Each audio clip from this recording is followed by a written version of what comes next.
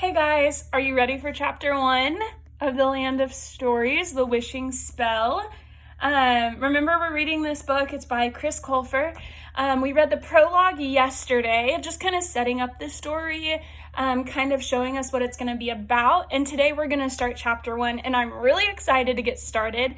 When I posted this, somebody else had commented, someone from OBU, and told me that this is a really good series, which I'm excited because I've never read it. This is my first time reading it. So I'm really excited to dive in with chapter 1. Think about for a second what happened in the prologue and how the story's been set up. Do you remember who the prologue was about? What princess? Snow White. So the prologue was about Snow White, and the main characters were Snow White and her stepmother. And she goes to visit her stepmother in jail because her stepmother has been put away for trying to kill her. We all know the classic fairy tale of Snow White. The stepmom gives Snow White the apple, trying to poison her.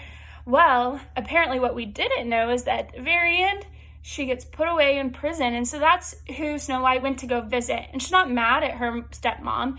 She just wants answers. She wants to know why. And so the stepmom starts telling the story of her own childhood and maybe why she has so much hate in her heart. So I hope you did the little journal exercise, and I hope you journaled and put why you think Snow White's stepmother is so cruel. I know in my class we talk about how hurt people hurt people. And that just means that when someone's hurting, it's a lot easier for them to hurt other people. And so that's something to remember is when someone hurts you, when someone does something mean to you or hurt your feelings in some way, it's really good to think about that hurt people hurt people. And they're probably going through something that's causing them to act out. Even adults do it. Even hurt adults hurt other adults sometimes. So we're going to start with chapter 1. Okay, I'm really excited.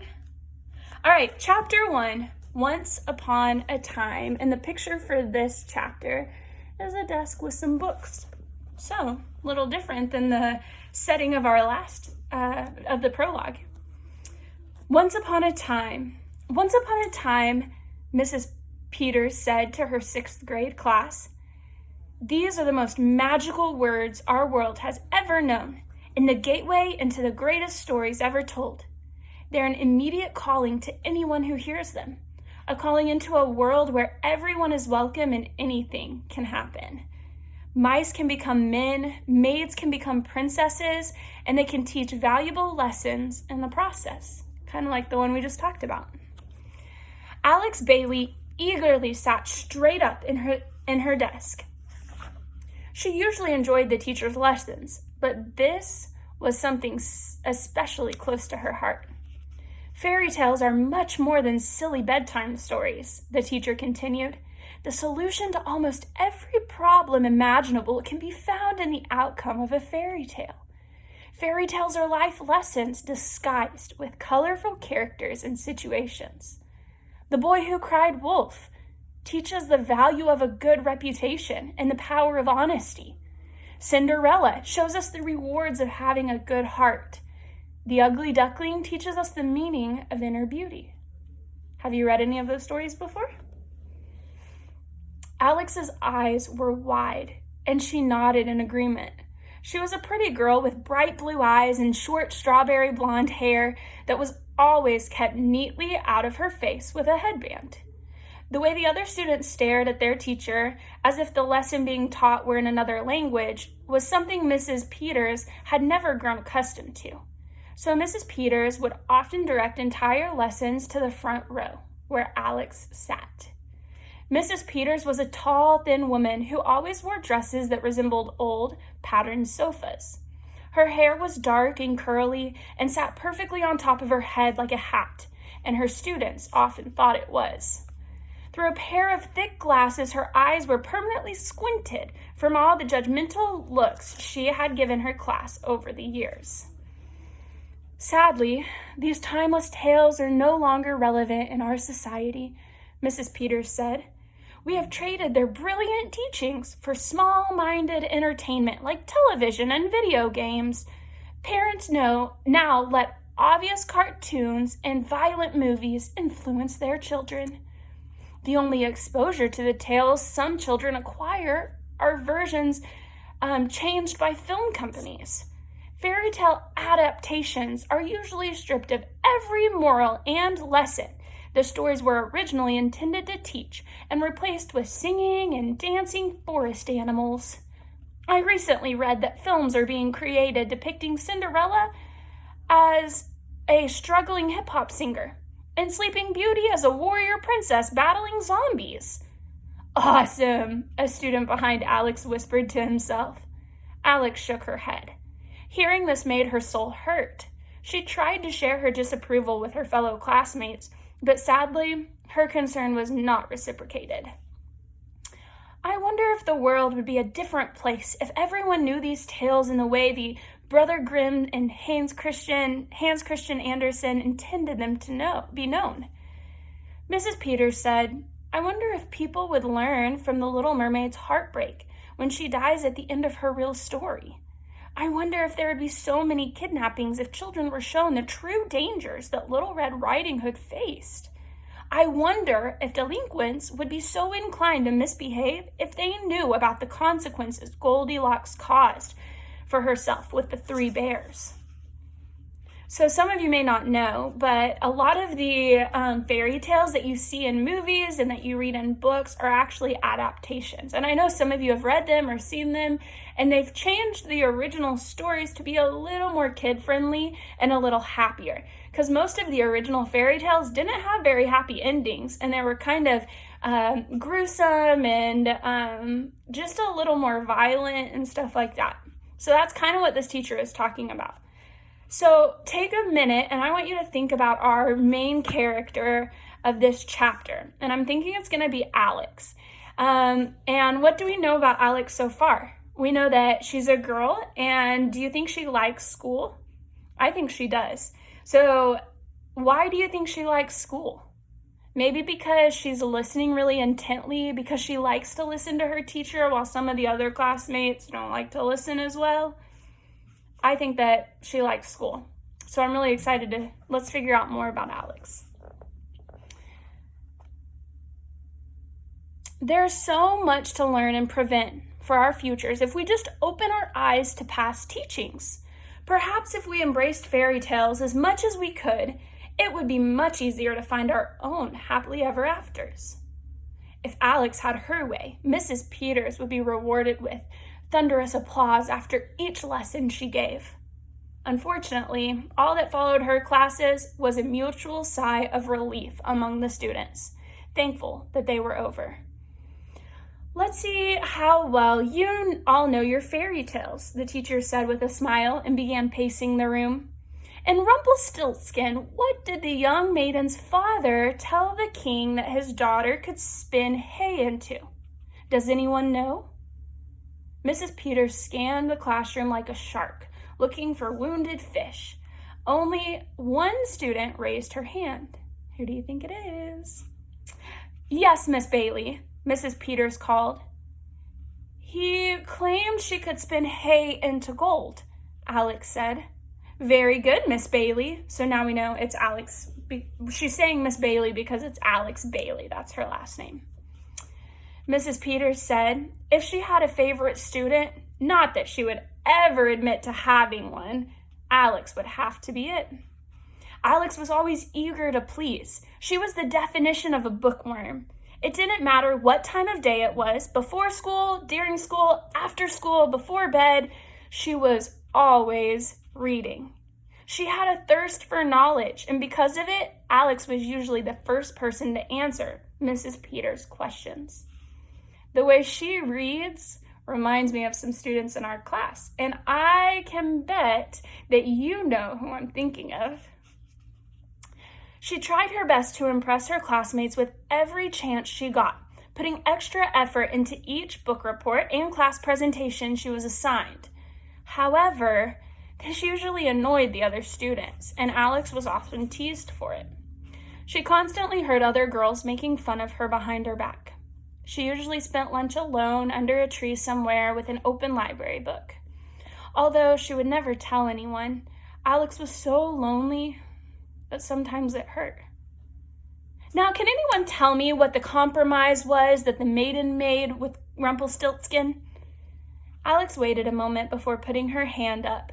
She didn't want to seem like a total teacher's pet. Yes, Miss Bailey. In exchange for turning the hay into gold, the maiden promised to give Rumpelstiltskin her firstborn child when she became queen, Alex explained. That's a pretty steep deal, a boy behind Alex. What's a creepy old short man want with a baby anyway? A girl next to him asked. Obviously, he couldn't adopt with a name like Rumpelstiltskin, another student added. Did he eat the baby? Someone else asked nervously. Alex turned around to face her clueless peers. You're all missing the point of the story, Alex said. Rumpelstiltskin took advantage of the maiden because she was in need. The story is about the price of a bad negotiation. What are we willing to give up long-term in the future for something short-term in the present? Get it? If Mrs. Peters could change her facial expression, she would have looked very proud. Nicely put, Miss Bailey, she said. I must say, in all my years of teaching, I've rarely come across a pupil with as much in-depth knowledge as... A loud snore suddenly came from the back of the class. A boy in the back row was slouched over in his desk and drooling from the corner of his mouth, very much asleep. Now I know that has never happened in our class. Alex had a twin brother, and it was moments like these that made her wish she didn't. Mrs. Peters diverted her attention to him like a paperclip to a magnet. Mr. Bailey, Miss Peters asked. He continued to snore. Mr. Bailey, Mrs. Peters asked again, kneeling down closer to him. He let out another enormous snore. A few of the students wondered how it was possible for such a loud noise to come out of him. Mr. Bailey, Mrs. Peters shouted in his ear. As if someone had lit a firework under his seat, Connor Bailey jumped back to life, almost knocking his desk over. Where am I? What happened? Connor asked in a panicked state of confusion. His eyes darted around the room while his brain tried to remember where he was. Like his sister, he also had blue eyes and strawberry blonde hair, probably because they're twins. His face was round and freckled, and at the moment slightly smushed to one side, like a basset hound when it first wakes up from a nap. Alex couldn't have been more embarrassed by her brother. Besides sharing looks and a birthday, she and her brother couldn't have been more different. Connor may have had a lot of friends, but unlike his sister, he had trouble in school. Mostly trouble staying awake. I'm so glad you could rejoin us, Mr. Bailey, Mrs. Peters said sternly. Did you have a nice nap? Connor turned bright red, probably because he's embarrassed. I'm so sorry, Mrs. Peters, he apologized, trying to be as genuine as possible. Sometimes, when you talk for long periods of time, I doze off. No offense, I can't help it. You fall asleep in my class at least twice a week, Mrs. Peters reminded him. Well, you do talk a lot.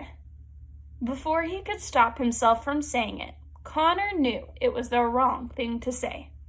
A few of the students had to bite their hands to stop from laughing. I recommend you stay awake while I teach, Mr. Bailey, Mrs. Peters threatened. Connor had never seen anyone squint their eyes so tight without shutting them before. Unless you know enough about fairy tales to teach this lesson yourself, she added. I probably do, Connor said. Once again, he spoke without thinking. I mean, I know a lot about this stuff, that's all. Oh, really? Mrs. Peters never backed down from a challenge, and every student's worst nightmare was that they'd be her challenger. All right, Mr. Bailey, if you're so knowledgeable, answer this question. Connor gulped.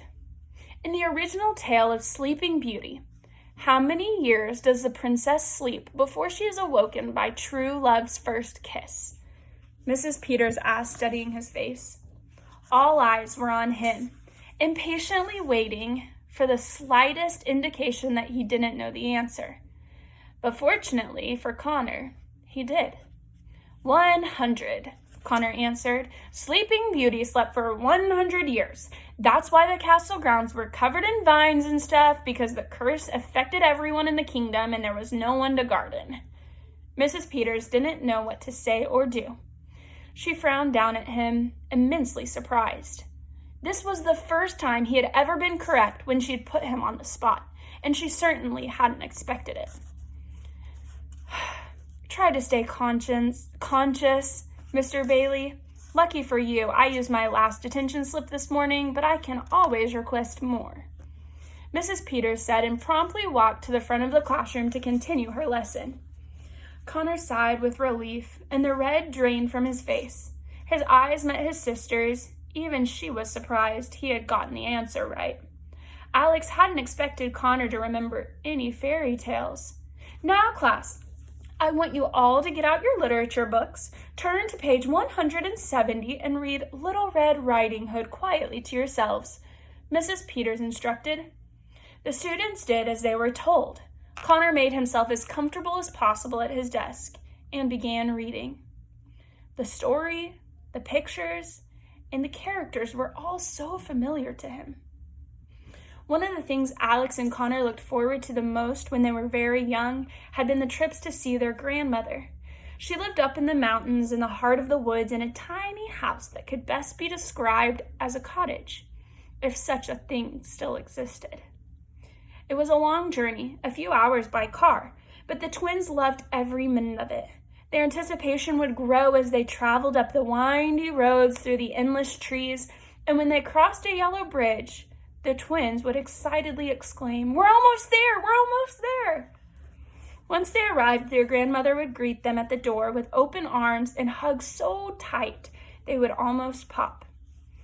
"Look at you two!